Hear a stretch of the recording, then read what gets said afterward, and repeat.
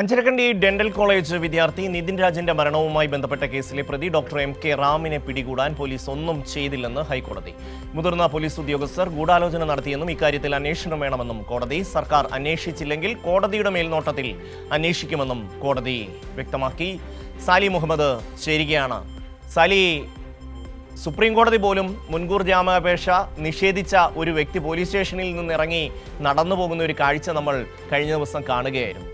ശരിക്കും കോടതിക്ക് പോലും അത് അംഗീകരിക്കാൻ കഴിയുന്നില്ല. എന്തൊക്കെയാണെന്ന് ഹൈക്കോടതി വ്യക്തമാക്കി?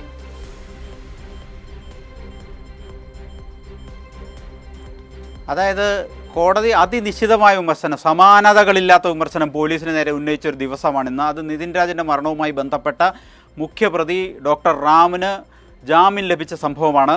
അതായത് നമുക്ക് നേരത്തെ ഷമ്മി സൂചിപ്പിച്ച് തന്നെയാണ് പ്രശ്നം. ഹൈക്കോടതിയും വിചാരണ കീഴ്ക്കോടതിയും ഹൈക്കോടതിയും സുപ്രീം കോടതിയും ജാമ്യം നിഷേധിച്ചതിനെ തുടർന്ന് നിർബന്ധിതനാകുകയായിരുന്നു പോലീസ് ഇയാളെ അറസ്റ്റ് ചെയ്യാൻ. പക്ഷേ അറസ്റ്റ് ചെയ്തിട്ടും അതിൽ ഒത്തുകളി നടന്നു എന്നാണ് കോടതിക്ക് ഇപ്പോൾ മനസ്സിലായിരിക്കുന്നത്. കോടതി അതുകൊണ്ട് തന്നെ വളരെ നിശ്ചിതമായ വിമർശനം ഉന്നയിച്ചു. അതായത് അറസ്റ്റിൻ്റെ നടപടിക്രമങ്ങൾ പാലിക്കാത്തത് കൊണ്ടാണ് മജിസ്ട്രേറ്റ് കോടതി ഡോക്ടർ റാമിന് അറസ്റ്റ് ചെയ്ത് ഹാജരാക്കി ഉടൻ തന്നെ ജാമ്യം കൊടുത്തത്. അതായത് നടപടിക്രമങ്ങൾ എന്ന് പറഞ്ഞാൽ എന്തുകൊണ്ട് അറസ്റ്റ് എന്ന് ഈ അറസ്റ്റ് ചെയ്യപ്പെടുന്ന ആളെ അയാളുടെ ബന്ധുക്കളെ അറിയിക്കണം എന്നതാണ് സുപ്രീം കോടതി ഉത്തരവിൻ്റെയും അറസ്റ്റിൻ്റെ മാനദണ്ഡങ്ങളുടെയൊക്കെ നിയമം. അത് പാലിക്കാൻ അത് അറസ്റ്റ് ചെയ്ത DYSP തയ്യാറായില്ല, അന്വേഷണ ഉദ്യോഗസ്ഥൻ തയ്യാറായില്ല എന്നുള്ളതാണ് പ്രശ്നം.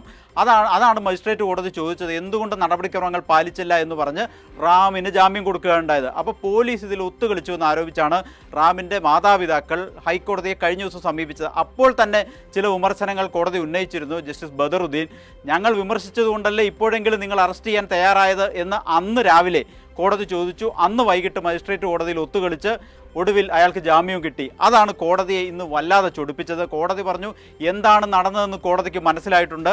ഇതൊരു കാരണവശാലും വെച്ച് ഉറപ്പിക്കാനാവില്ല. അക്ഷരാർത്ഥത്തിൽ ഭരണകൂടത്തിൻ്റെ എല്ലാ മേഖലയിലുള്ള പരാജയമാണ് ഈ കേസിൽ കണ്ടിരിക്കുന്നതെന്നാണ് സർക്കാരിനെതിരെ കോടതിയുടെ വിമർശനം. എന്തുകൊണ്ട് നടപടിക്രമങ്ങൾ പാലിച്ചില്ല? നടപടിക്രമങ്ങൾ പാലിക്കണം അറസ്റ്റിന് എന്ന വിവരം ഒരു DYSPക്ക് അറിയാത്തതാണോ? അപ്പോൾ ബോധപൂർവം പ്രതിയിൽ നിന്ന് ആനുകൂല്യം പറ്റിയിട്ടുണ്ട് ഉന്നത ഉദ്യോഗസ്ഥർ എന്നാണ് കോടതി പറഞ്ഞത്. അങ്ങനെ സംശയം കോടതിക്കുണ്ട്. അതായത് ഫലത്തിൽ കോടതി പറഞ്ഞത് ഈ പോലീസ് ഉദ്യോഗസ്ഥർ പ്രതിയിൽ നിന്ന് കാശ് മേടിച്ച് ഈ കേസ് അട്ടിമറിച്ചു, അയാൾക്ക് ജാമ്യം ലഭിക്കുന്നതിന് അവസരമുണ്ടാക്കി എന്നതാണ് കോടതിയുടെ കണ്ടെത്തൽ.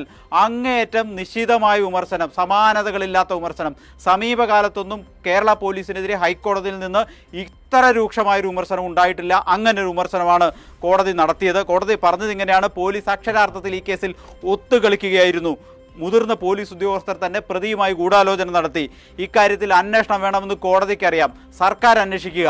ഇനി സർക്കാരിന് പറ്റില്ലെന്ന് പറയൂ, ഞങ്ങൾ അന്വേഷിച്ചോളാം, ഹൈക്കോടതിയുടെ മേൽനോട്ടത്തിൽ അന്വേഷിച്ചോളാം എന്നാണ് ജസ്റ്റിസ് ബദറുദ്ദീൻ വ്യക്തമാക്കിയത്.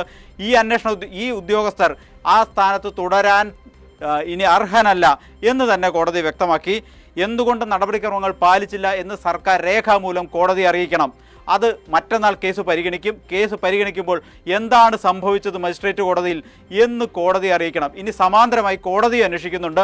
മജിസ്ട്രേറ്റ് കോടതിയിലെ രേഖകൾ ഹാജരാക്കാൻ മജിസ്ട്രേറ്റിനോട് ഹൈക്കോടതിയിൽ ഹാജരാക്കാൻ മജിസ്ട്രേറ്റിനോട് നിർദ്ദേശിച്ചിട്ടുണ്ട് എന്നാണ് കോടതി ഇപ്പോൾ പറഞ്ഞത്. കോടതി പറഞ്ഞൊരു വാചകം: പോലീസ് പ്രതികളിൽ നിന്ന് ആനുകൂല്യം പറ്റിയെന്ന് കോടതി സംശയിക്കുന്നു എന്നുള്ളത് തന്നെയാണ്. പണത്തിന് മീതെ പരുന്തും പറക്കില്ല എന്നതാണ് ഇപ്പോഴത്തെ സാഹചര്യം. അത് കോടതിക്ക് കണ്ടു നിൽക്കാനാവില്ല എന്നാണ് ജസ്റ്റിസ് ബദറുദ്ദീൻ പറഞ്ഞത്. ഉന്നത ഉദ്യോഗസ്ഥർ ഇടപെട്ടാണ് പ്രതിയെ രക്ഷിച്ചത്. ഉന്നത ഉദ്യോഗസ്ഥർ ആരൊക്കെയെന്ന് സർക്കാരാണ് അന്വേഷിക്കേണ്ടത്. ഇനി സർക്കാർ അന്വേഷിക്കാൻ തയ്യാറല്ല എങ്കിൽ ഞങ്ങൾ കേരള ഹൈക്കോടതി ഇത് അന്വേഷിക്കുക തന്നെ ചെയ്യും എന്ന് ജസ്റ്റിസ് ബദറുദ്ദീൻ വ്യക്തമാക്കുകയും ചെയ്തു. ഏതായാലും കോടതി അവസാനം പറഞ്ഞത് ഇക്കാര്യത്തിൽ സംഭവിച്ചിരിക്കുന്നത് ഭരണകൂടത്തിൻ്റെ സമ്പൂർണ്ണ പരാജയമാണ്. ആ സാഹചര്യത്തിൽ കോടതിക്ക് ഇടപെടേണ്ടി വരും. എങ്ങനെയൊക്കെ ഇടപെടണം എന്ന് കോടതിക്ക് അറിയാം എന്ന് മുന്നറിയിപ്പോടെയാണ് കേസ് മറ്റന്നാളത്തേക്ക് മാറ്റിവെച്ചിരിക്കുന്നത്. കഴിഞ്ഞ ദിവസങ്ങളിലും സമാനമായ വിമർശനം ഇതേ ബെഞ്ച് ഇതേ കേസിൽ ഇതേ പോലീസിനെതിരെ ഉന്നയിച്ചതാണ്. അന്ന് കോടതി ചൂണ്ടിക്കാട്ടിയത് ഈ നിതിൻ രാജിൻ്റെ മാതാപിതാക്കളുടെ ഹർജി വന്നപ്പോൾ കോടതി നിരന്തരം ചോദിച്ചു എന്തുകൊണ്ടാണ് അറസ്റ്റ് ചെയ്യാത്തത് മുഖ്യപ്രതിയെ. അയാൾ ഇത്രയും ദിവസമായിട്ട് ഒളിവിൽ കഴിഞ്ഞിട്ടും കേരള പോലീസിന് അറസ്റ്റ് ചെയ്യാൻ കഴിയുന്നില്ലേ എന്നൊക്കെ വിമർശനം കഴിഞ്ഞ വെള്ളിയാഴ്ച കോടതി ചോദിച്ചു.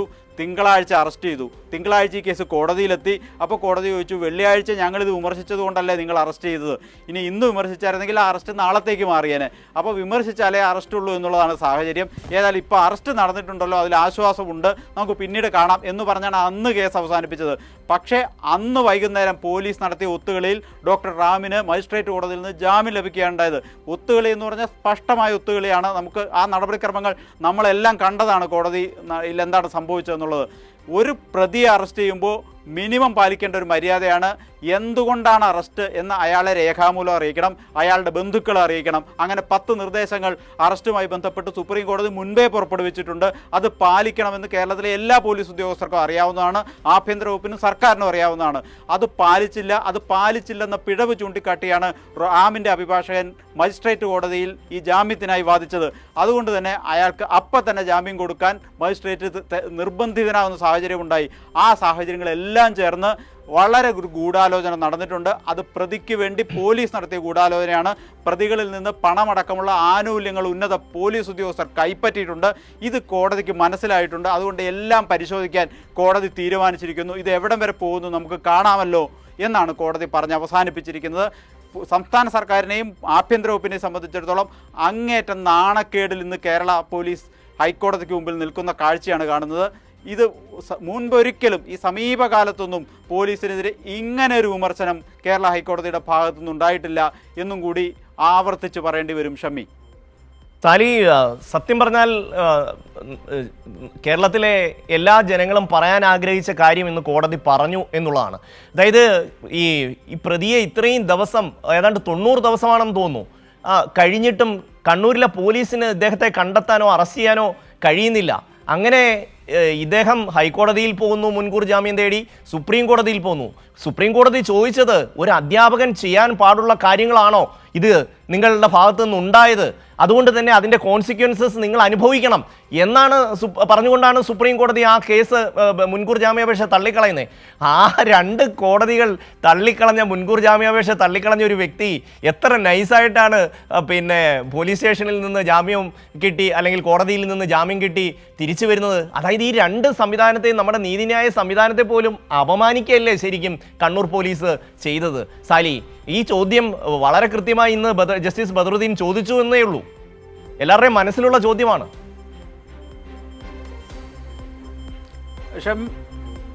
ഷമി, തീർച്ചയായും നിതിൻ രാജിൻ്റെ മരണവുമായി ബന്ധപ്പെട്ട് തുടക്കം മുതൽ പോലീസ് കാണിച്ച ഒരു അലംഭാവമുണ്ട്. ആ അലംഭാവത്തിൻ്റെ ബാക്കിയാണ് ഇപ്പോൾ കോടതി മുറിയിൽ എത്തി നിൽക്കുന്നത് എന്നുള്ളതാണ് വസ്തുത. അയാൾ ഒളിവിൽ പോയതിനു ശേഷം ഇയാൾക്ക് വേണ്ടി കാര്യമായ ഒരു അന്വേഷണം നടത്താൻ പോലീസ് തയ്യാറായില്ല. ഒടുവിൽ ആദ്യം തലശ്ശേരി കോടതി, പിന്നീട് ഹൈക്കോടതി, ഒടുവിൽ സുപ്രീം കോടതി, ഈ 3 കോടതികളും അയാളുടെ ആൻറ്റിസിപ്പേറ്ററി ബെയിൽ തള്ളി. എന്തുകൊണ്ട് അറസ്റ്റ് ചെയ്യുന്നില്ല, ഇതൊക്കെ ഒരു വിദ്യാർത്ഥിയുടെ അധ്യാപകൻ ചെയ്യേണ്ട പണിയാണോ എന്ന് സുപ്രീം കോടതി വരെ ചോദിച്ചതിന് ശേഷമാണ് അറസ്റ്റ് നടക്കുന്നത്. ഹൈക്കോടതി സമാനമായ വിമർശനം ഈ റാമിനും പോലീസിനുമെതിരെ നടത്തി. ഒടുവിൽ ഗത്യന്തരമില്ലാതെ അറസ്റ്റ് ചെയ്തു.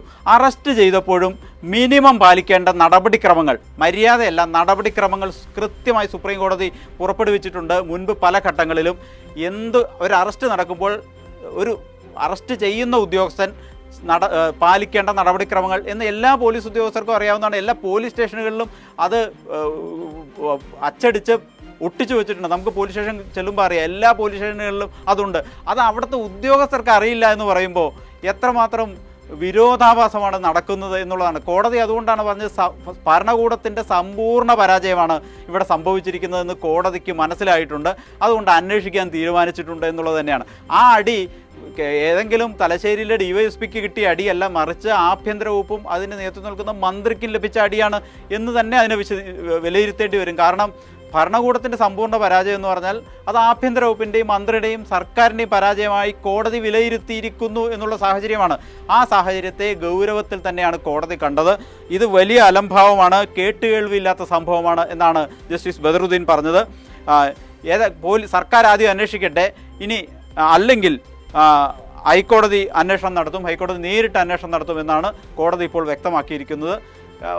സർക്കാരിനെ സംബന്ധിച്ചിടത്തോളം വലിയ നാണക്കേടാണ് ഇന്നത്തെ വിമർശനം. നേരത്തെ ഷമ്മി സൂചിപ്പിച്ചതുപോലെ കേരളത്തിലെ മുഴുവൻ ആളുകളും, മനസാക്ഷിയുള്ള മുഴുവൻ ആളുകളും ചോദിക്കാൻ ആഗ്രഹിച്ച ചോദ്യം തന്നെയാണെന്ന് ഹൈക്കോടതിയിൽ നിന്നുണ്ടായത് എന്നുള്ളതാണ് വസ്തുത. കാരണം കേരളത്തിൻ്റെ നീതിന്യായ വ്യവസ്ഥയെ അങ്ങേറ്റം നാണം കെടുത്തിക്കൊണ്ടാണ് 3-4 മാസം അയാൾ ഒളിവിൽ കഴിയുന്നു. അതിനുശേഷം ഒളിവിൽ നിന്ന് കോടതിയുടെ വിമർശനത്തെ തുടർന്ന് പോലീസ് അറസ്റ്റ് ചെയ്യുന്നു.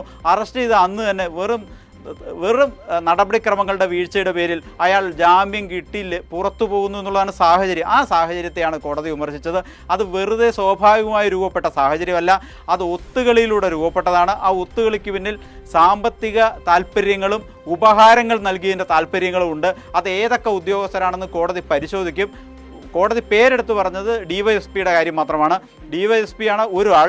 അതിൻ്റെ മുകളിലുള്ള ഏതൊക്കെ ഉന്നത ഉദ്യോഗസ്ഥർക്ക് പങ്കുണ്ടെന്ന് പരിശോധിക്കേണ്ട കേസാണിത്. ഇത് അന്വേഷിക്കേണ്ട കേസാണ്. പല ഉന്നതർക്കും പങ്കുണ്ടെന്ന് കോടതിക്ക് മനസ്സിലായിട്ടുണ്ട്. അതുകൊണ്ട് ഇതിലൊരു അന്വേഷണം വേണം, നിങ്ങൾ അന്വേഷിക്കൂ എന്ന് സർക്കാരിനോട് പറഞ്ഞു. ഇനി നിങ്ങളുടെ അന്വേഷണം തൃപ്തികരമല്ല, നിങ്ങൾ അന്വേഷിക്കാൻ തയ്യാറല്ലെങ്കിൽ കോടതി നേരിട്ട് ഹൈക്കോടതിയുടെ മേൽനോട്ടത്തിൽ അന്വേഷിക്കും എന്ന് തന്നെ മുന്നറിയിപ്പ് കോടതി നൽകിയിട്ടുണ്ട്. ഏതായാലും ഇക്കാര്യത്തിലൊക്കെ ഒരു വ്യക്തതയോടെ ഒരു സത്യവാങ്മൂലം മറ്റന്നാൾ സംസ്ഥാന സർക്കാർ ആഭ്യന്തര വകുപ്പ് കോടതിയിൽ നൽകണം. അത് പരിശോധിച്ചിട്ട് ബാക്കി എന്തെന്ന് പറയാം എന്നാണ് ജസ്റ്റിസ് ബദറുദ്ദീൻ പറഞ്ഞ് അവസാനിപ്പിച്ചിരിക്കുന്നത്. സാലി മുഹമ്മദാണ് വിശദാംശങ്ങൾ നൽകിയത്.